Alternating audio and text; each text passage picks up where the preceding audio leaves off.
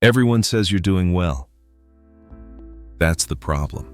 Everyone says you're doing well. That's what makes this so hard to explain. You don't look overwhelmed. You don't look unstable.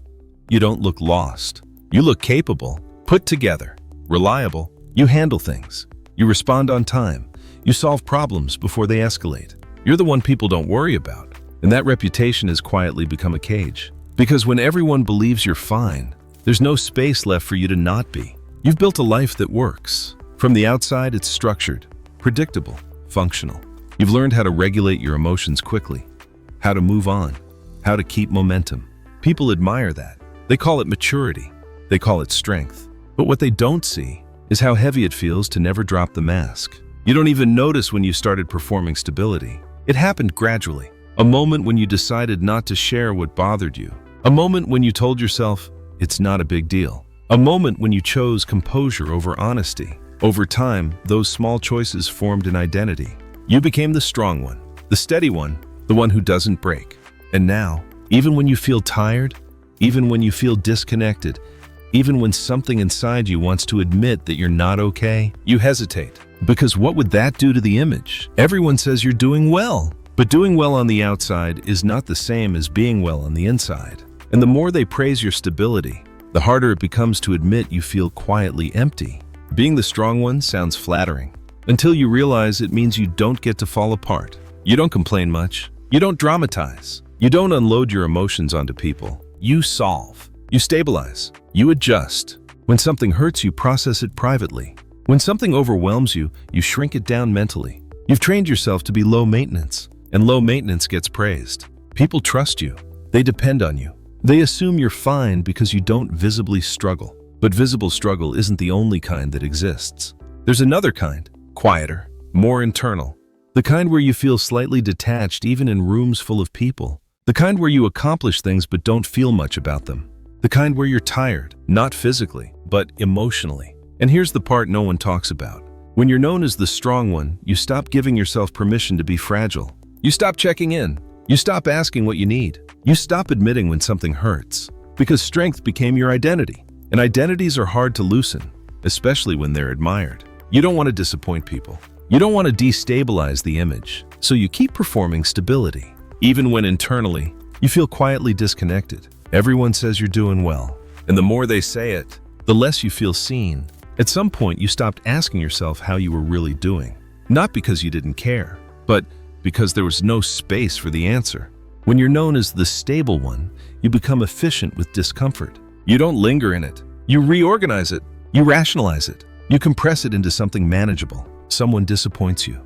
You say, they probably didn't mean it. Something exhausts you. You say it's just a busy season. You feel unfulfilled. You say I should be grateful. Gratitude becomes a way to silence your unrest. And slowly you begin to separate from your own reactions. Not dramatically, gradually.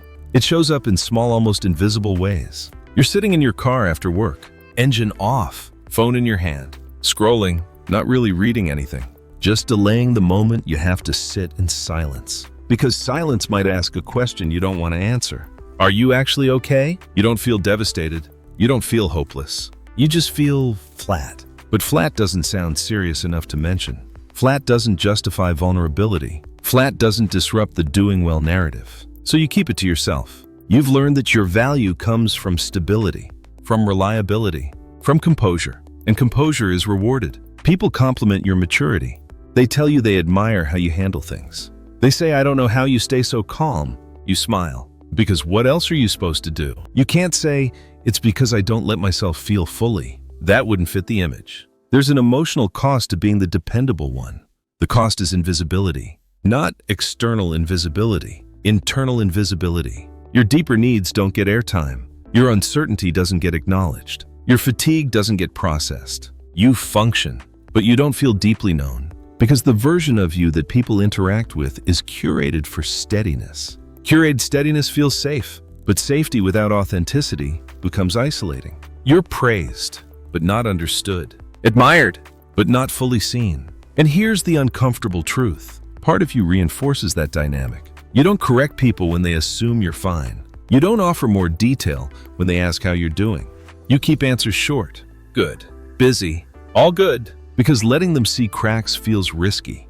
What if they see you differently? What if you disappoint them? What if they stop depending on you? Dependence gives you purpose. Being needed gives you structure. Structure feels stabilizing. So you hold the role tightly, even when it exhausts you. This is where the emotional spike happens. You realize you haven't been strong. You've been performing strength. Performance requires constant regulation. Constant regulation creates distance. Distance dulls feeling. Dulled feeling feels like emptiness. Emptiness feels confusing when your life looks objectively fine. You start to question yourself. Why do I feel this way? I have no reason to struggle. But struggle isn't always about circumstance. Sometimes it's about suppression. Suppression of fatigue. Suppression of disappointment. Suppression of longing. When everyone expects you to be stable, you begin suppressing anything that contradicts that image. Over time, you don't even notice you're doing it. It becomes automatic. You feel something uncomfortable. You immediately manage it. You convert it into logic. You convert it into productivity. You convert it into composure. But unexpressed emotion doesn't disappear. It compresses. Compressed emotion reduces range. Reduced range feels like disconnection. You're not collapsing. You're contained. Contained so effectively that even you can't tell the difference between calm and suppression anymore. You may notice that your accomplishments don't land the way they used to. You reach a goal. You check it off. You move on. No celebration. No real satisfaction. Just continuation. You're efficient at moving forward, but inefficient at inhabiting moments, because inhabiting requires vulnerability, and vulnerability disrupts the image. The image says you're doing well. The image says you're stable. The image says you're fine. But the image isn't your full reality. There's a quieter layer underneath, a layer that's tired of maintaining composure, a layer that wants to admit, I don't always feel as solid as I look. Admitting that doesn't make you weak. It makes you human. But when strength becomes your identity, humanity feels risky. So you continue. You function. You perform stability. You protect the narrative. Everyone says you're doing well. And the more they say it, the more disconnected you feel from the version of yourself that doesn't want to be the strong one all the time. Because strength without softness is isolation. Reliability without authenticity is loneliness. And doing well on paper means nothing if internally you don't feel fully alive. There's a quiet pressure that comes with being the one who's doing well. It doesn't feel like oppression. It feels like expectation. Expectation that you will handle things. Expectation that you will adapt. Expectation that you will stay steady. And at first, that expectation feels empowering. You like being competent. You like being trusted.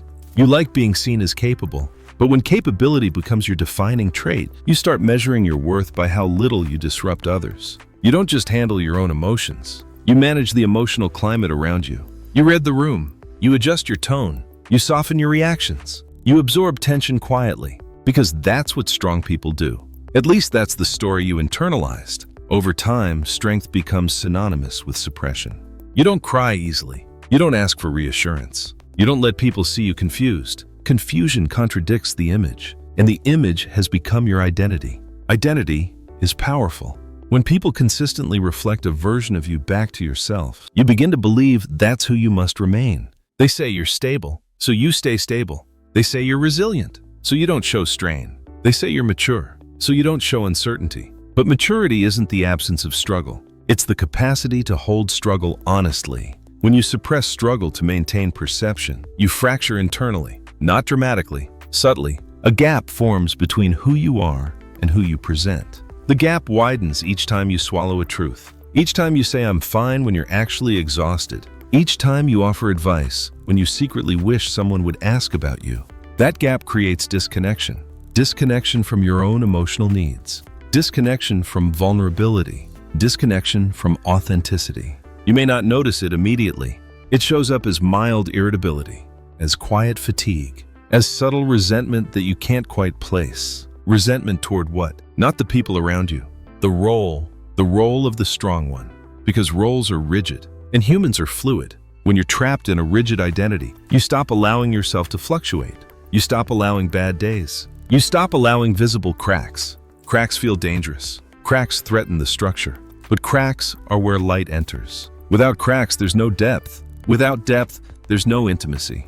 Intimacy requires transparency. Transparency requires risk. Risk feels destabilizing.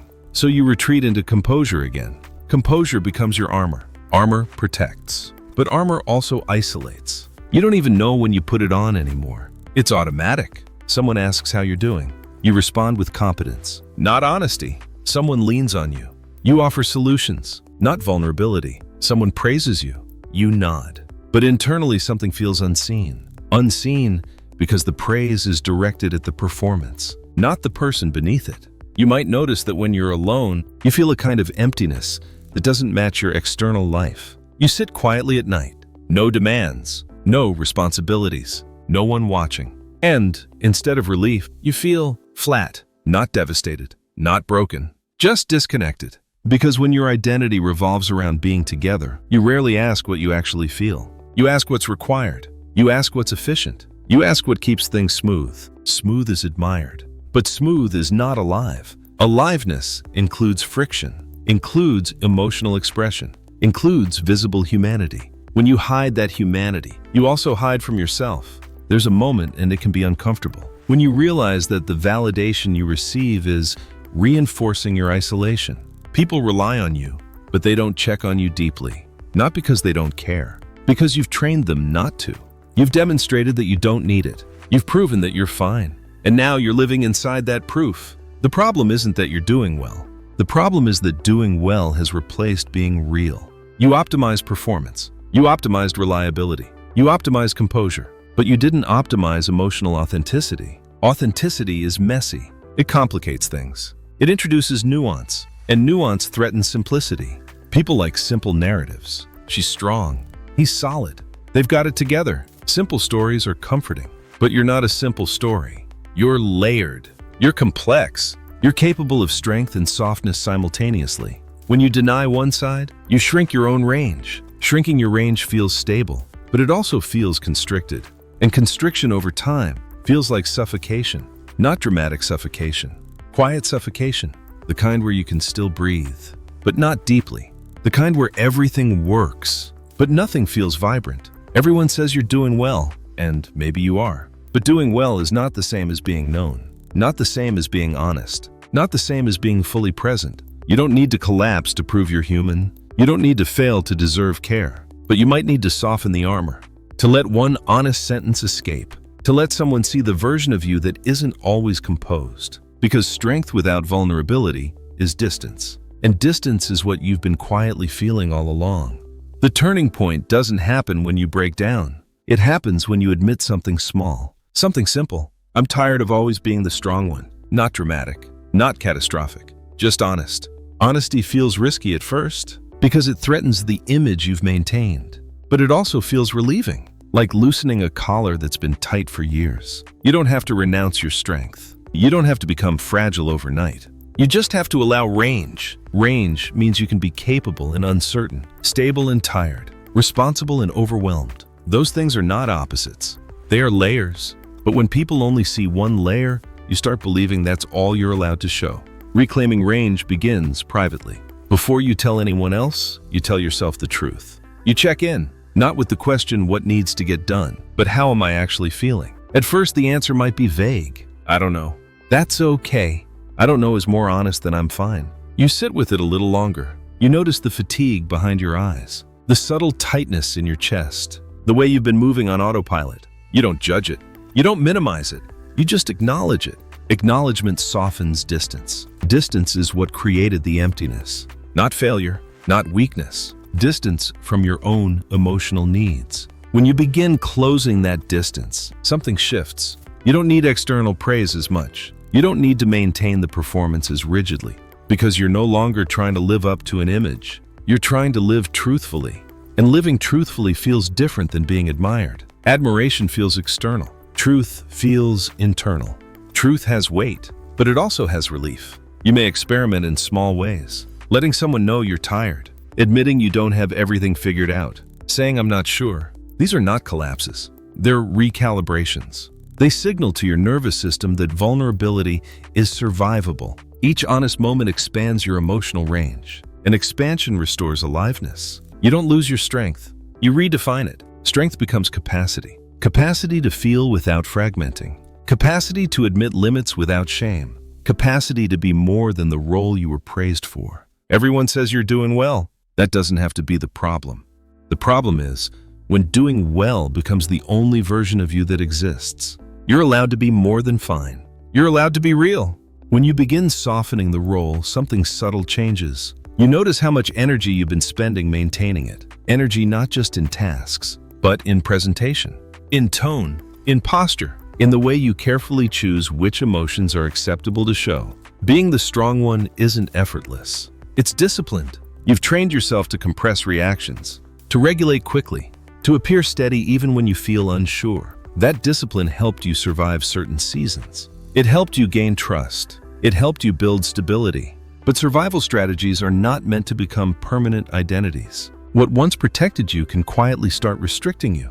You might realize that you rarely express confusion, rarely express doubt, rarely express need, because need feels dangerous. Need suggests dependence. Dependence contradicts the image of competence. So you stay self-contained. Self-contained feels safe, but self-contained also means self-isolated. Isolation doesn't always look like being alone. Sometimes it looks like being surrounded, but not truly known. You participate in conversations. You show up. You contribute. Yet something feels slightly removed, like you're operating behind a thin glass wall, present, but not fully accessible. That glass wall is the performance of strength. And performance requires control. Control requires vigilance. Vigilance is exhausting. Not loudly exhausting, quietly exhausting. The kind of exhaustion that doesn't justify rest. You're not falling apart. You're just worn thin from constant composure. Here's the deeper layer.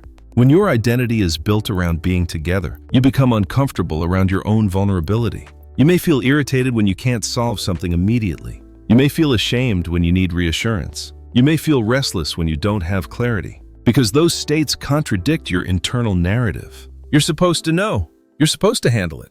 You're supposed to be fine. That internal supposed to becomes rigid. Rigidity narrows your emotional bandwidth. Narrow bandwidth feels stable, but it also feels muted. Muted emotions don't create drama. They also don't create depth. Depth requires range. Range requires safety. And safety doesn't come from suppressing yourself. It comes from accepting that you are allowed to fluctuate. You are allowed to have days where you don't feel solid. You are allowed to admit you're unsure. You are allowed to not optimize every moment. But allowing that requires dismantling a belief. The belief that strength equals consistency. True strength is elasticity, the ability to stretch without snapping, the ability to soften without collapsing. Elasticity means you can move between competence and vulnerability without shame. Right now, you may operate like steel, strong, rigid, reliable, but steel doesn't bend easily. It resists, it contains, and over time, resistance becomes tension. Tension held too long turns into numbness. Not dramatic numbness, just reduced emotional color. Moments feel neutral. Wins feel brief. Connection feels shallow. You're still functioning, but you're not fully inhabiting your experiences. There's a difference between being composed and being connected. Composure is external stability. Connection is internal presence. You can maintain composure for years, but without connection, you begin to feel slightly detached from your own life. This is the part no one applauds. When you begin practicing small honesty, small softness, small disclosures, you might feel awkward, exposed, almost immature, because you've trained yourself to be polished. Polish feels mature, but polish hides texture. Texture is what makes you human. When you tell someone, "I'm actually more tired than I look," you may feel a brief spike of anxiety. What will they think? Will they see you differently? Will they trust you less? But something else happens too.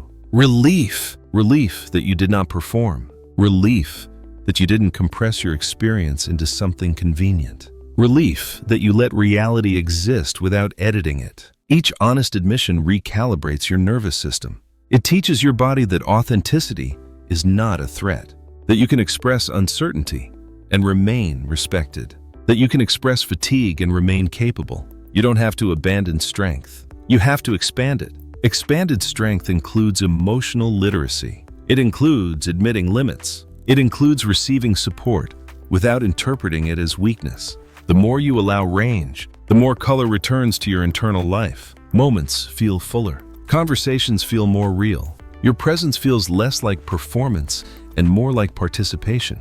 Participation is alive. Performance is controlled. You've been controlling yourself carefully for a long time. Now you're learning to inhabit yourself instead. Everyone says you're doing well, and maybe you are. But doing well doesn't have to mean doing it alone. Doing well doesn't require emotional silence. Doing well doesn't demand that you suppress your complexity. You are not less strong for softening. You are more integrated. Integration feels steadier than performance ever did, because it doesn't require you to split yourself in two. It allows you to be whole. Whole is not flawless. Whole is honest. And honesty is what begins to dissolve the quiet distance you've been feeling all along. There's something freeing about realizing you don't have to maintain the image anymore. Not because the image was false, but because it was incomplete. You were strong. You were capable. You were handling things. But you were also tired and human and layered in ways no one could see. Everyone saying you're doing well doesn't have to be the problem.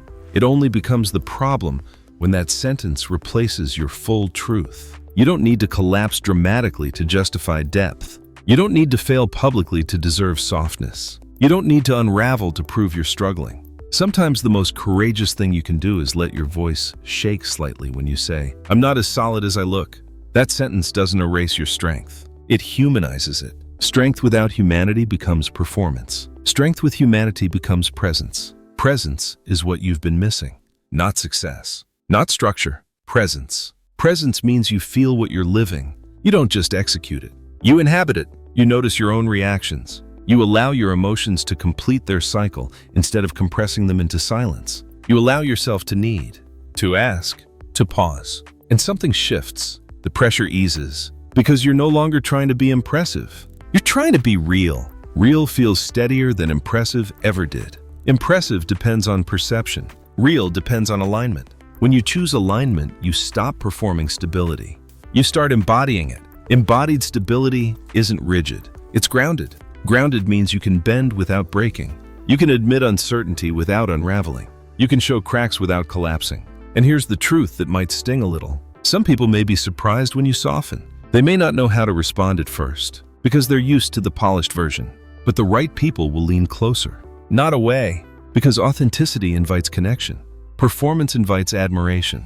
Connection is what heals the quiet emptiness. Admiration never could. You were never meant to be admired from a distance. You were meant to be known up close. Everyone says you're doing well. Maybe you are. But you're allowed to be more than the reliable one. More than the composed one. More than the steady one. You're allowed to be the one who feels deeply. Who fluctuates. Who admits limits. Who asks for space. Who says, "I need a moment." That doesn't make you unstable. It makes you integrated. Integration is strength that doesn't require armor. It's strength that breathes. And when strength breathes, so do you. Doing well externally is not the same as being internally connected. And the moment you choose connection over performance, you don't become weaker. You become whole. Because the strongest version of you was never the one who never cracked. It was the one who could crack and remain intact.